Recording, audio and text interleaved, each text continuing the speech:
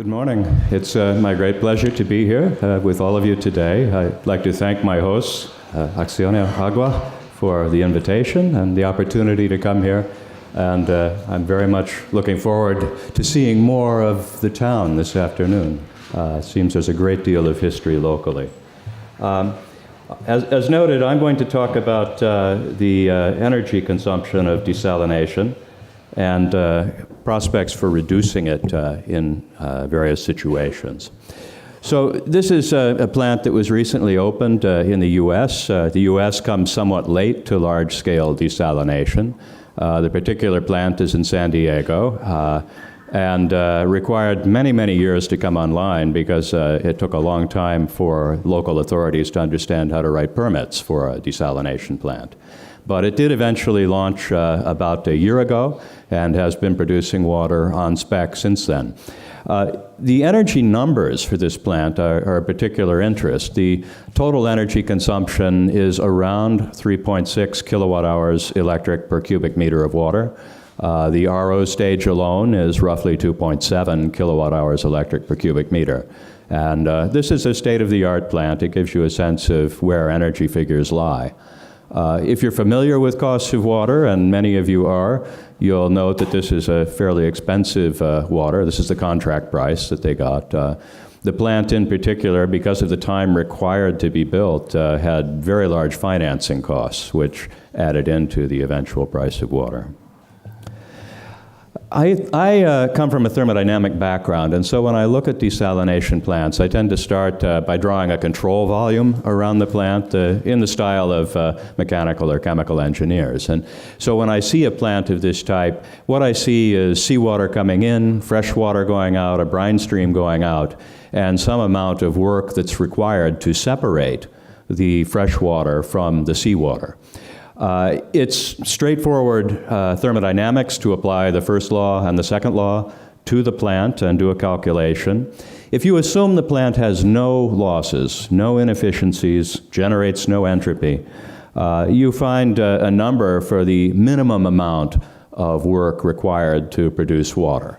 And for seawater at 50% water recovery, that number is about 1 kilowatt hour electric per cubic meter. No plant can do better than that. The laws of thermodynamics are non-negotiable. You cannot make a bargain to get around them. So this is the best you can do. If you look at current plants, current systems, thinking only of the reverse osmosis stage, generally 2 to 3 kilowatt hours electric, depending on the technology and what's being done in the background, would be state-of-the-art numbers. If you account for the balance of plant, 3 to 4.5 is fairly typical of plants built in the last 15 years or so. The reason for the difference between the thermodynamic number and the RO stage in typical plants are losses, irreversibilities of various sorts. Pumps are not completely efficient. There's overpressure on the membranes, with the result that you generate some entropy that raises the amount of work required to do the system. Now, the number I've given is for seawater, and the number is based on a typical 35,000 ppm salinity. In other cases, salinities can be quite different. In various situations, particularly in the western U.S. and other parts of the world, there is great interest in treating wastewater from oil and gas extraction. This water is produced from underground. It's come to equilibrium with whatever rock it was in, and the salinities can be really very, very high. Some representative numbers from locations around North America are on this chart. Permian Basin is West Texas. Marcellus Shale is Pennsylvania. Nova Scotia does a certain amount of unconventional gas production. And this curve here for sodium chloride is typical, close to seawater. I have the least work, minimum work to separate, and the recovery ratio here. So seawater at 50% recovery, as I mentioned before, is around 1 kilowatt hour per cubic meter. But if you look at the waters that are produced perhaps in West Texas coming out of the ground, the best you're going to do may be as high as 8 kilowatt hours per cubic meter. And in fact, with the losses, the irreversibilities in the system, the energy requirements can be very substantially higher than that. So the minimum energy number is strongly dependent on what water you're treating and how much of the water you'd like to have. The other broadly used approach to desalination is distillation of some sort, MSF, MED plants being common examples of this. From a thermodynamicist perspective, in a system like this, you take heat at high temperature, you bring it into a system at lower temperature. It's like a Carnot cycle. And the minimum amount of heat energy required can be computed in the same way as before. And a typical value, a thermodynamic limit, would be on the order of, say, 15 kilojoules of thermal energy per kilogram of water. I'm using different units here. Heat and electricity are very distinctly different, cannot be combined. Occasionally you'll see people add thermal energy to electrical energy. It's an apples and oranges comparison. It's very simple to remember why. You use a lot of heat energy to make electricity. Typically 3 times the amount of heat is required to produce electricity. And so the value is quite different. Now, in practice, in a thermal distillation system, you might be using 20 times that amount of thermal energy. And the reason for this is that to even approach the ideal case in a thermal system, you need very large heat exchangers, very small temperature differences to avoid irreversibilities. And you don't do that because the capex becomes much too high. You can have as efficient a plant as you like if you're willing to spend a lot of money, but the cost of water then becomes prohibitive. For these plants, if you imagine taking the low temperature steam and using it to generate electricity instead of distillation, the equivalent electricity you could produce is in the range of about 10 kilowatt hours per cubic meter. So it is still less efficient than reverse osmosis with today's technology. And I'll come back to this point. One other issue that's very important in thinking of distillation is the temperature of the source of energy. We cannot use very high temperature energy in distillation because we produce scale in the heat exchangers. Calcium sulfate scale precipitates. It's very difficult to remove economically. And so these systems rarely operate with temperatures above 110 C or so. There's a lot of interest in using low-grade heat, waste heat it's called sometimes, to drive distillation. But one important fact is that the minimum amount of heat required becomes greater as the source temperature decreases. And so as you go to lower temperature sources, you are, to some extent, penalized in the most efficient system you can get. So how do we reduce energy in reverse osmosis? What are some possibilities? I'll start with a schematic of a very simple single-stage RO plant, just to illustrate. You can imagine feed water coming in, seawater coming in, high-pressure pump taking this to perhaps 69 bar, water entering RO modules with the membranes, 40% of this being taken out as purified water, and the high-pressure brine then going through a pressure exchanger, some type of energy recovery device, where the enthalpy of this high-pressure water is used to pressurize some part of the incoming feed, cutting the energy requirement considerably. In these systems, you have inefficiencies that go with the pumps, which the pumps in these large plants are highly optimized. There's not a lot of room to change this. And you have the major source of inefficiency in the RO module itself. And I will explain why. It is the high pressure that is used at parts of the process that leads to relatively high energy consumption. So this is a pressure vessel assembly. You can imagine feed water coming in at seawater salinity, passing through membranes, purified water being taken out a center tube, and the water passing along the module becoming increasingly saline as it flows out, eventually leaving at high salinity. So from the inlet to the outlet, the osmotic pressure of the feed water rises from maybe 28 bar for seawater to perhaps 58 bar for the concentrate leaving. In order for water to pass through the membranes, the hydraulic pressure must be greater than the osmotic pressure. And so the hydraulic pressure is chosen to exceed the osmotic pressure at the outlet. with the result that the inlet pressure is even higher. So in this case, you might be feeding in water, 68 bar or something, when the osmotic pressure near the inlet is only 28 bar. So the pressure is much higher than required to cause a flux of water. And as a result, there's significant irreversibility in the system, and this is the major source of inefficiency within the modules. There are several approaches that can be taken to this. Ideally, you would like to keep the hydraulic pressure closer to the osmotic pressure. You only need it to be high enough to drive a reasonable flux through the membranes. It doesn't need to be dramatically higher. One way to look at this is to look at the single-stage process on coordinates here. This is the amount of water recovered. It increases along the length of the module. This is the pressure applied, osmotic pressure and feed pressure. And for 8 modules in this particular system, you have a feed pressure that's much higher than osmotic pressure over most of the length. You can think of the orange part of this curve as excess work. Basically work you did to pump water that did not produce a useful outcome. One approach to eliminating this would be to go to multiple stages. So imagine that you're going to do this with fixed membrane area. You had 8 modules in the single stage, now perhaps do 5 modules and 3 modules. And so in an arrangement like this, you'd start at one pressure and then come up to a higher pressure later. The chart you obtain might look as shown here, where now you have lower pressure for a while, higher pressure later. You've done this at fixed area, which is at least fixed membrane cost. You do have the added capex of an additional pump. But you've saved the energy shown here.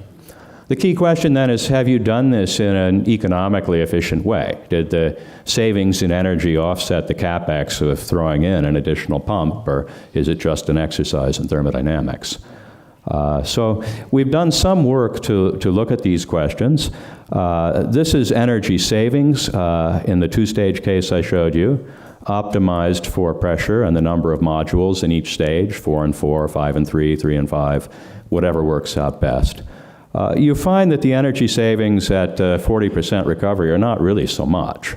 We're down well under 1 kilowatt hour per cubic meter of savings.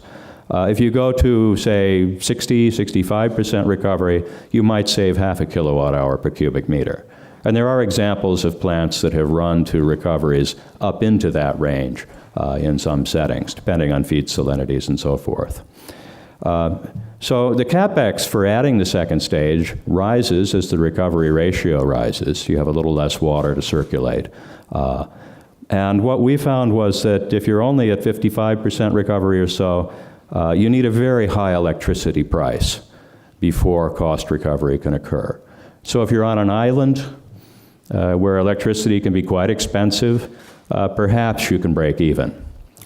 On the other hand, if you can push to 60 to 65% recovery, you can break even at as little as 8 cents a kilowatt hour. And so it becomes more feasible to go to a second stage. So there's some hope here. It's very much about cost optimization. Here's another approach. Instead of doing a straight-through process, imagine running the reverse osmosis system in batch, where you gradually increase the pressure as the water becomes more saline. So it's an animation one of my students made. You start with a charge of saline water and begin circulating. The tank has a displaceable diaphragm of some type, and as water passes through the RO module, you simply collect the permeate up above. You recirculate brine until you've reduced the charge sufficiently, and obviously you have to have a variable pressure pump. Another engineering challenge is to get a variable pressure pump that's efficient. You have a cycle reset where you come back into the system, and periodically you will need to recharge. Now, initial studies we did on these systems suggested very high energy efficiency might be possible. This is feed salinity, so seawater is in this range, brackish waters are here. This is recovery ratio, so a representative seawater case is sort of at this recovery and this salinity. Potential for recovery is for energy savings seems reasonable, perhaps 10 to 20%. If you look at high recovery and brackish water, the percentage energy savings are much greater. Of course, you're starting with a brackish system, with a system that has lower energy requirements to begin with, so a high percentage of a low number is not necessarily a large number in kilowatts, but the potentials are here to explore. One challenge with a design like this is to deal with a high-pressure tank. Again, it's an expensive piece of equipment and a challenge to engineer.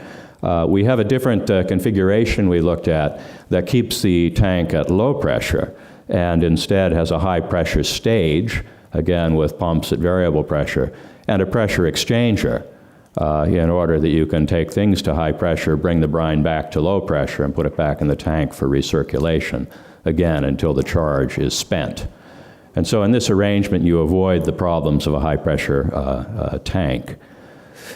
One other interesting development around batch reverse osmosis is that the residence time of the feed in the system is finite. It's however many minutes it takes to do the charge.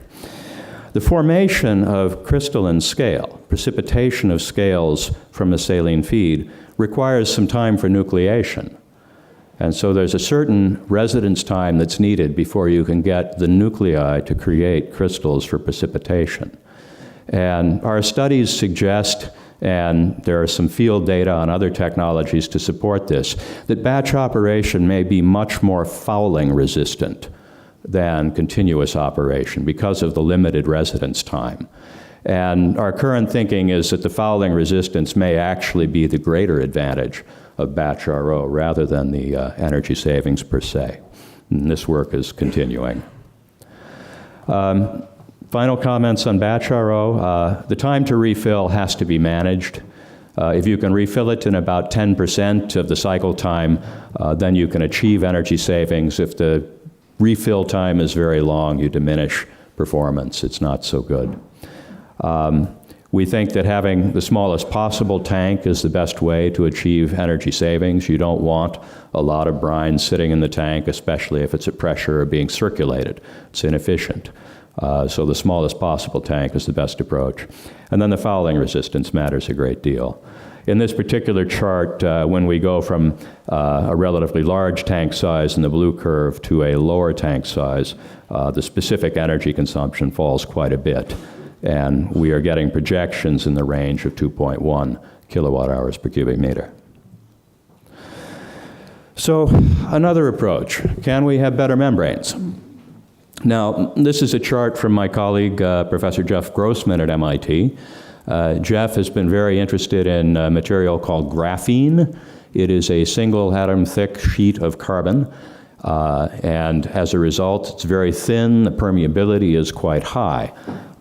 In this case, Jeff has done numerical simulations with a carefully controlled pore size. If you make the pore in the membrane 0.6 to 0.7 nanometers, it is large enough that a water molecule can pass, but it is too small for hydrated ions to pass. And so you get good salts rejection. And when this work first came out, there was great excitement, because the permeabilities, the fluxes seemed very high, the salt rejection seemed very high. But I asked Jeff, what about concentration polarization? What about the need to maintain some driving potential between the feed pressure and the osmotic pressure? So we collaborated on a study to ask how much permeability would actually provide for energy savings. We looked at a couple of cases at fixed recovery ratio and water production, fixed vessel size. And this is energy on this axis, and this is a curve for seawater energy, and this is the permeability of the membrane. So a typical Dow membrane used in plants today has a permeability of around 1. And so that gives you a benchmark case here.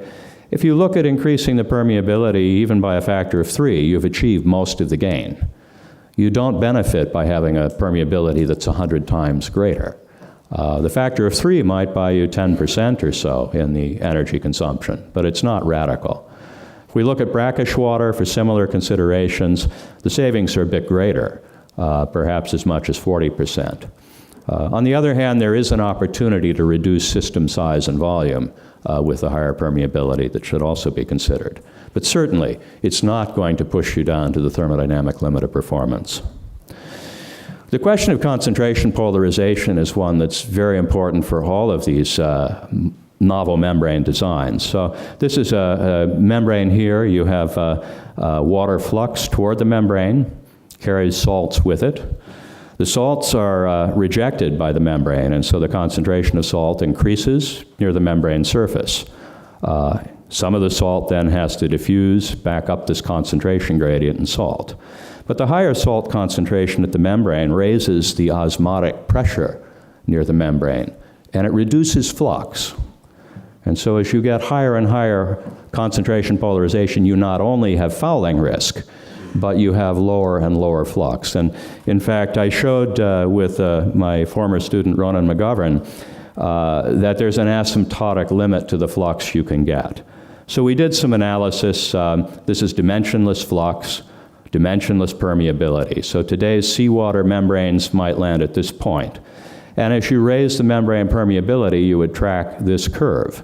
Over here, I have a membrane permeability that's 100 times higher than today's membranes.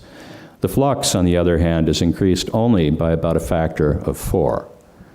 And it's limited by CP. And so the issue of higher permeability, I think, is sometimes overrated in terms of its potential impact. You can save some energy, but you just don't need 100 times the permeability of a membrane. A factor of 2 or 3 is fine. A few other comments I'll mention on membranes and energy savings. One cannot overlook the role of fouling of the membrane and raising the energy consumption of a plant. You have to provide incrementally greater pressure to run the plant. When the membranes are fouled, the flux decreases a bit. One estimate from a colleague is that 100,000 cubic meter per day seawater reverse osmosis plant will have 10,000 tons more CO2 over 25 years as a result of the added pressure for biofouling and the contributions of cleaning and downtime. The other interesting development, this is work that's been done in the Megaton project through Toray in Japan. They've been looking at membranes that have much higher salt rejection at a somewhat lower pressure. If you're familiar with the details of the solution diffusion model, you know that salt rejection rises as the pressure behind the membrane rises. And as a consequence, you may desire to operate with a membrane pressure that's relatively higher to keep the salt rejection up. Toray has been working on membranes that can sustain very high salt rejection at pressures down in the range of 50 bar, potentially offering significant energy savings there. So there are developments in this area that can also contribute to improving performance of RO plants. There are also some other considerations in redesign. Counterflow reverse osmosis has had attention from time to time. Attention is resurging. I'm aware of various activities here. And let me describe briefly what the technology does.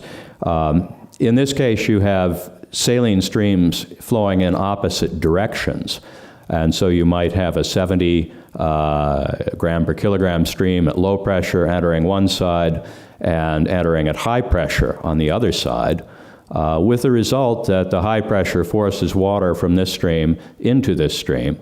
The low pressure stream is diluted, and the high pressure stream becomes concentrated.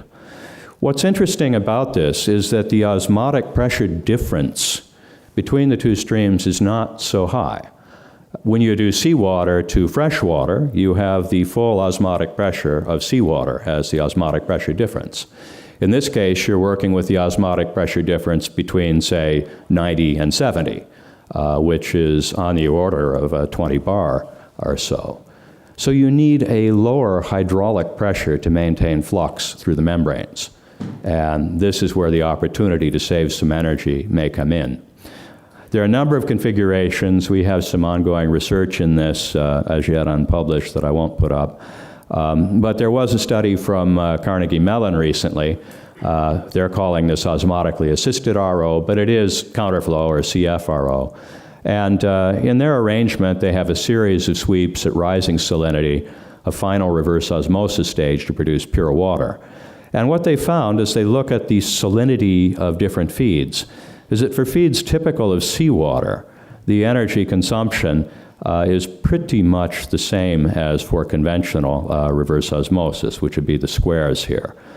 As you get to high salinity feeds, you start to save energy relative to conventional processes. And their conclusion is that there is some opportunity for such technology in additional water recovery from high salinity brines, possibly industrial waters and produced waters. The question is whether one can configure counterflow in order to save energy for more conventional kinds of feed, or if it's only going to be used in a hybrid configuration. So this is an active area as of the present. I want to mention another technology that's had attention from time to time. Forward osmosis is a process, here's an illustration, where a saline feed, perhaps seawater, is exposed to a membrane, and behind the membrane you have a much more saline feed, or at least a feed with a much higher osmotic pressure. So water will flow by ordinary or forward osmosis from the saline stream into the draw solution. The result is that you do not need a high pressure on the saline side, just circulation pressure, because osmosis is providing the flux. There's a big savings in electricity as a result. The separation then, for this particular case, is an ammonia water draw solution. You can pass, an ammonia carbon dioxide draw solution, I should say. You can pass this through a distillation column, vaporize the ammonia and the carbon dioxide, and recover the water. And so there's been significant interest in this. There was a company formed around it, Oasis Water. And one of the early statements about this technology was that it required much, much less energy because of different thermodynamics. But again, you can put a control volume around the device, thinking, again, like a mechanical engineer. I draw a box and I see salt water coming in, brine coming out, product water coming out. In this case, I have electricity on one side, I have heat on the other. And so while the electrical energy is saved, you still must provide the heat. And in calculations of the energy requirements, then, you have to look at both the heat input and the exergy of the thermal input. And this is common to all of the systems that require both heat and electricity as drive. And I'll show you some comparisons. So the numerator in this is the least energy of separation, the best you're ever going to do. If this were a pump, if it were an isentropic reversible pump, you'd have 100% efficiency if all you provided were the pump work and no losses in the denominator. Any real system requires more energy, so the efficiency will be less. So let's look at this. If we consider a whole spectrum of processes across a whole spectrum of feed water concentrations, we can draw a chart like this. So this is feed salinity, brackish range here, seawater range here, produced water or brines out in here. And this is the efficiency of the plant by itself when considering both the thermal and electrical energy inputs. And these are based on published data in the literature, open literature data. What we find in particular is that seawater reverse osmosis plants are 25 to 35% efficient in terms of their use of electricity. If we look at brackish water plants, the efficiency is a bit lower, EDR a bit lower. The thermal plants also not so high by these metrics. Now, there are a number of things to think about. These plants are not designed to impress thermodynamicists. They're designed around cost of water, so CapEx is a significant factor, and brackish desalination plants are often designed to control CapEx at the expense of somewhat higher energy consumption. So they tend to land here relative to seawater plants for that reason. Forward osmosis plants, based on data in literature, sort of in this range. But forward osmosis is a very active technology. Not all the designs are in open literature yet. So there's more work occurring, and things may move around as time goes by. But this gives you a sense of where things are on efficiency. Now, if you want to compare these efficiency numbers to other thermodynamic equipment, you can think about power plants. Conventional Rankine cycle power plant might generate electricity from heat with a 35% efficiency. A combined cycle gas turbine plant might do it with 55 or 60% efficiency. A very well-designed pump might have 85 or 90% efficiency. So as a mechanical engineer, I'm very inspired when I look at these charts. I say there's lots of room for improvement compared to other equipment that we work on. So I'm very optimistic that these efficiencies can rise. The last comment I'd make, though, is about co-production. When we look at this, we're really considering the cost of primary energy.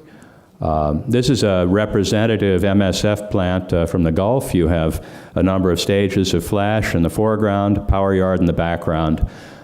These distillation plants run by using low-pressure steam extracted from the power plant to flash water. They're very widely used. They are very large plants, some of the largest ones up to 1 million cubic meters per day in production. The argument is made that when you're working with low-temperature steam, if you compute the energy based on what it cost you for fuel, you might do a little better. So it's worth exploring that a bit and asking what happens when you refer all of this to primary energy. So imagine you have a power plant. This could be an RO plant. This could be an MSF plant. It receives either electricity or steam from the power plant, or both in most cases. And in order to make this process run, you have to add some additional fuel to the power plant. Now, what's interesting about the low-pressure steam that you bring in, it comes in at high temperature with high exergy. You run it through the turbines of the plant, and you extract exergy. So you've taken some of the value, and you have low-pressure steam at the end. So you've gotten some useful work out of that steam before you send it to the power plant. That's efficient. You've also made electricity. And so the question that comes is, if you look at the exergy you had to add to the plant in order to drive the distillation process, QSEP, WSEP, how much did that compare to, how did that compare to the least exergy that you would have needed to make the process run? It's a detailed analysis that I won't do, but the result comes out in this form. This is the efficiency of the power plant. This is the electricity required to drive the power plant.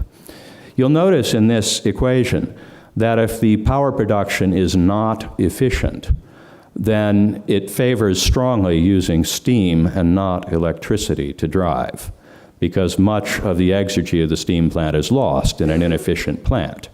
If the power plant is very efficient, it favors using electricity. And so the question of what drives the plant is quite significant. I'll conclude what I'd like to say today just by putting some numbers into this result. So let's imagine what would be typical of modern power generation. These are some representative numbers that I developed in discussion with Aqua Power in Saudi Arabia. Combined cycle gas turbine plant might run at 57% first law efficiency. This is a very efficient plant. It's running at 72% of Carnot efficiency based on the temperatures that it has. So it is a very good plant. If we imagine driving an RO plant, so 100,000 cubic meter per day plant, this particular case is again based on a real plant, 40% water recovery from 40 gram per kilogram seawater at 43 degrees C, condenser temperatures for the condensers, or intake temperature in this case, dead state to be perfectly specific in case you're wondering about that number. The least work would be about 0.94 kilowatt hours electric per cubic meter.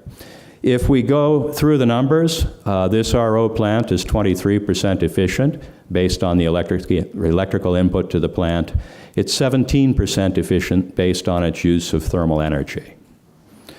For comparison, this is a multi-effect distillation plant consuming electricity of about 1.8 kilowatt hours pumping.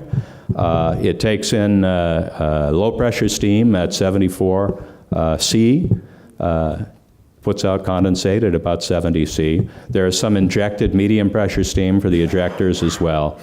And when you do the analysis, you find that this plant has a plant efficiency of about 10%, primary energy efficiency of about 10%. So in this case, because the electricity is so efficient, it's a great challenge for the thermal plant to outperform the RO plant based on primary energy, and therefore based on cost of primary energy, which is one factor in the overall plant design and selection. So I'll stop here. thank you for your time, and I'm happy to take a question. So.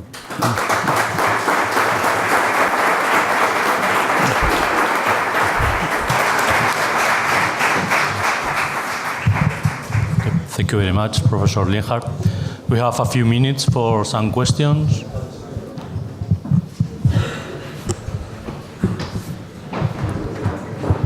Please.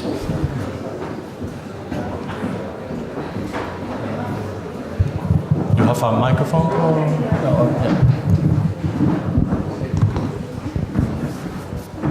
Please introduce yourself.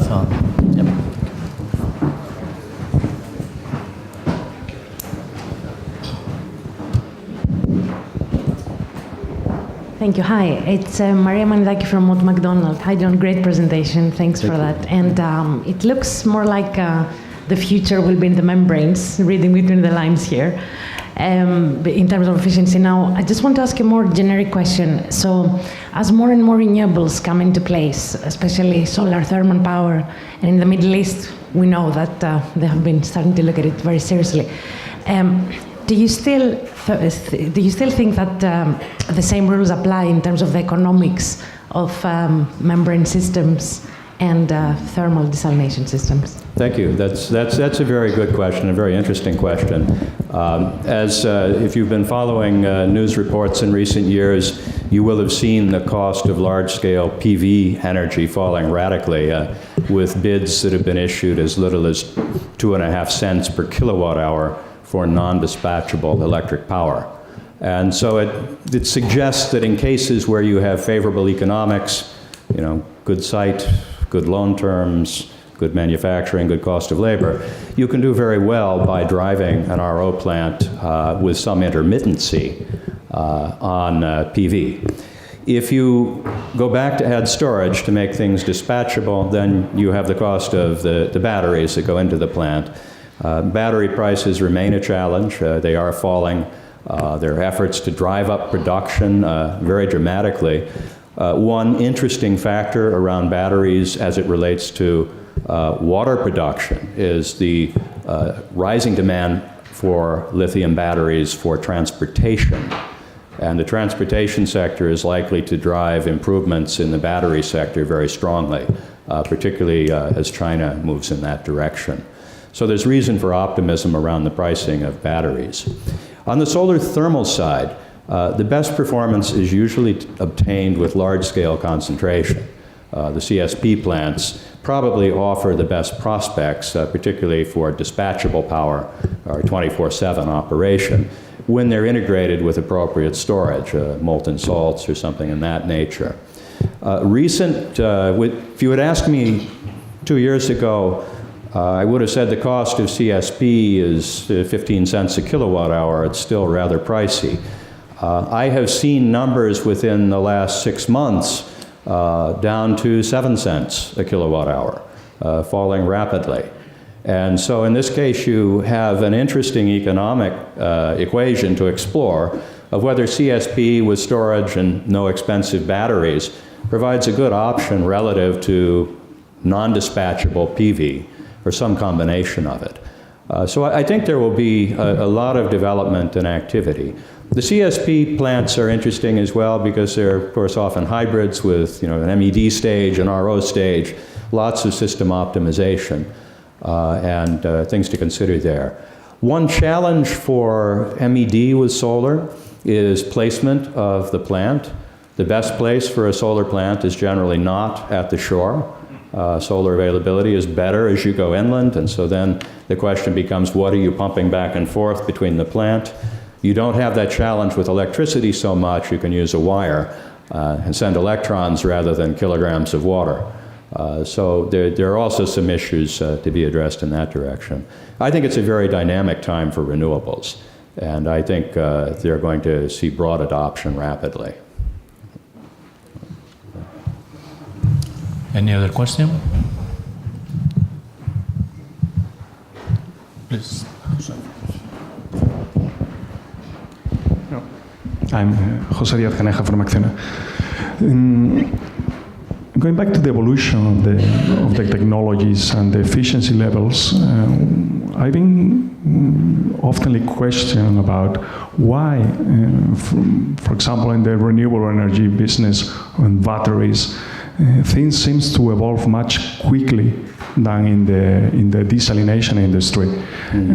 There has not been disruptive technologies in reverse osmosis desalination, apart from maybe pressure exchanges now working some type of membranes. But during the last 15 to 20 years, we have not seen really disruptive improvements apart from these couple of them. It's a question of economies of scale, of volumes, or any other. I mean, what's your opinion on that? Why other industries are evolving in much higher speed than us? That's an interesting problem.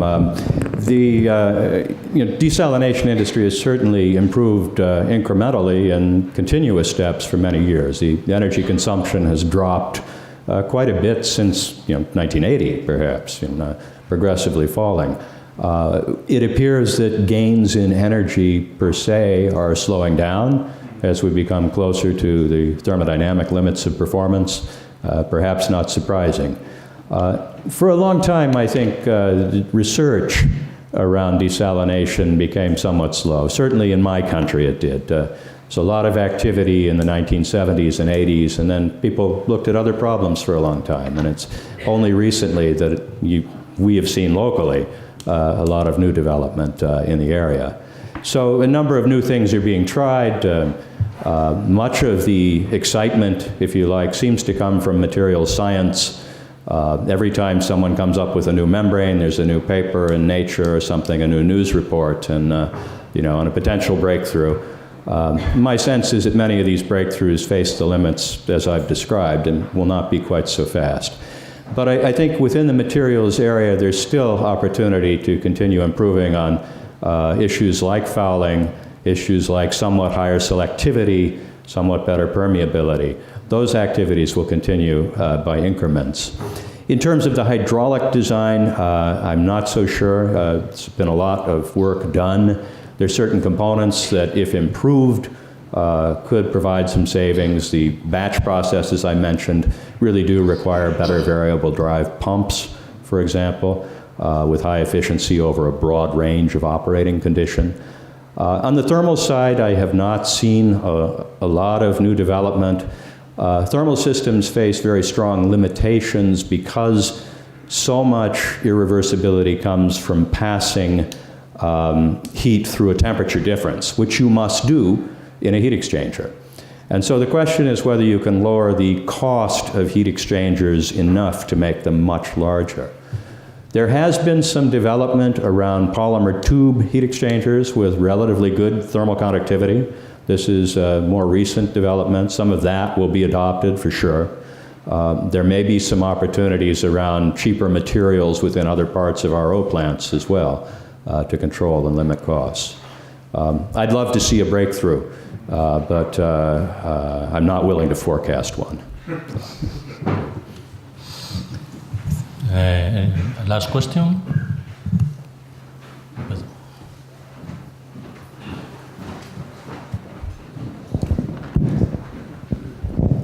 Hello. Pedro Miranda from the Desalination Department. I agree that we are reaching the limits of thermodynamical regarding energy savings. There's still some room to improve, but not much as we had in the 80s, as you said. But I want to focus in a different point. When we operate plants worldwide, we face limitations, operationally speaking, on our daily basis, more related to stopping our units when we need to clean them. Mm-hmm. And you just mentioned the word biofouling, which leads me to this question. Are you aware of any breakthrough technology in membranes applications that is some way of delaying or avoiding this biofouling occurrence? I'm aware of a couple of things that work in that direction. Some of them I think are still early research and need more time to be proven. One are coatings that can be applied to reverse osmosis membranes. There's a process known as initiated chemical vapor deposition that can produce 20 nanometer thick coatings, not thick enough to interfere with the active layer of the membrane. Coatings that are Zwitter-ionic, they display positive and negative charges to the feed, tend to inhibit the attachment of bacteria and inhibit biofilm formation, which is the essence of biofouling. So this is laboratory technology. It has not been field proven, but tests are ongoing. A second that I have read about, I think maybe a little farther along, but some of the technology is proprietary, so I haven't seen details, has to do with vibrating membranes. When membranes oscillate, it interferes with the process of biofilm formation. When bacteria start to form on a membrane, there's something called quorum sensing, which is evidently disrupted by vibration. So there are some initial commercial products and certainly ongoing research in that direction. There are also more well-established methods, occasional osmotic backwash, pulsatile cleaning of membranes, simply to eliminate biofilms before they get too well established, some things in that direction. But overall elimination, I don't know of anything. Perhaps one of my colleagues will have an idea in this regard. So. Okay, thank you very much, Professor Lenhart. I'm going to introduce